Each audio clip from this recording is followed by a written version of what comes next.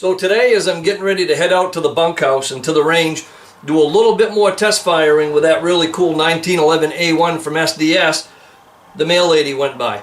Typically not a big deal, except it's the right time of the month. My time of the month is the time of the month the TacPack box comes. And I want to open this one today with you.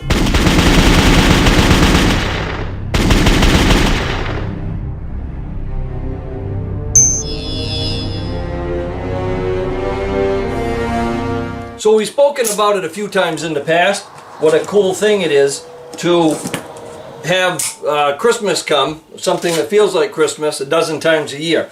When you subscribe to TacPack, that's exactly what you get. A surprise box of really cool stuff, firearms related, EDC related, real heavy black rifle related, if that's your thing, and it's absolutely mine. And I want to go over this one with you today because there are some really cool things in it. So if there's one thing that TacPack is usually heavy on, let me word that a little different. It's not uncommon for you to open your monthly subscription box and find a really nice knife. And they've never sent anything other than something that is extremely usable. I've never seen any of these fantasy knives or big gaudy display things. Typically, it's like it is this month. Now this is a Bastion EDC knife. I'm not certain of the model. It has G10 scales, it appears. Not sure what type of steel it is, but it feels extremely well made. It locks up very, very, very tight. I dare say as tight as any lock blade that I've ever had. This is really nice. You have the ability to change the mounting setup from one side to the other, so if you prefer to have the spine to the front instead of the blade, or spine to the rear instead of the blade, you can set it up whichever way you would like to accommodate left or right or whatever your carry style is. You can move the clip from one side to the other, so that really opens up opportunities. Very smooth too. Nice knife. Very nice. Next, this is something that's really cool. It's an APS or APS Inc. called a receiver rod, and this one is anodized in gold, so we will absolutely be able to pick it out from the rest of the tools in our armorer's kit. And this is one of those things that a lot of us overlook, but once you use one, you're always going to use one. This takes the place of a vise for your upper receiver. Let me grab an upper and show you how it works. So this upper, just to show the versatility of this particular one is a 458 SOCOM upper from Tromex. So it's going to work with any caliber AR-15 style rifle that you have. The way it works is you remove the bolt carrier and you slide this into the upper. It locks into the barrel extension, and then you can hook this to your vise. You can clamp this nice and tight. Then you can move forward with torquing the barrel nut on properly, putting on any of the accessories that you have that go on the upper receiver, changing hand guards and that type of thing. And that way you're going to hold it nice and tight. It's going to be external of the upper receiver, so you don't have to worry about clamping or pinching or warping or breaking any of the aluminum here. All of the clamping goes on right there. This is a really, really cool piece, and I think that a lot of people, once you start using it, are going to really appreciate it and make it a regular part of your armorer's kit. So, all right, this is a cool one. The CRKT titanium Eaton tool. So basically what you've got is an extremely lightweight, fairly large spork, and it doubles as a few other tools as well. You have a spork, spoon, fork combination. You have a bottle opener, screwdriver and pry tip, number 6, number 8, number 10 millimeter metric wrench, and it's pretty cool.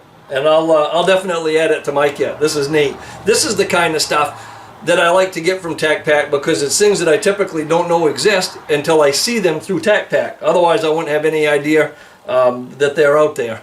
So the next thing is a bottle, this is cool, of Eagle Grit hand cleaner. This is the kind of stuff that I grew up using something similar to in my grandfather's garage in the 1970s. The hand cleaner that had the really heavy, coarse, rough stuff in it that no matter how dirty your hands were, you give it a swipe or two, and all that crap is coming off your hands. It might leave with a layer of skin or so. I'm not sure how that older stuff worked, but I've used the Eagle Grip before. I actually received some in a TacPack sometime within the last couple of years, and I like it a lot, and it works very, very, very good.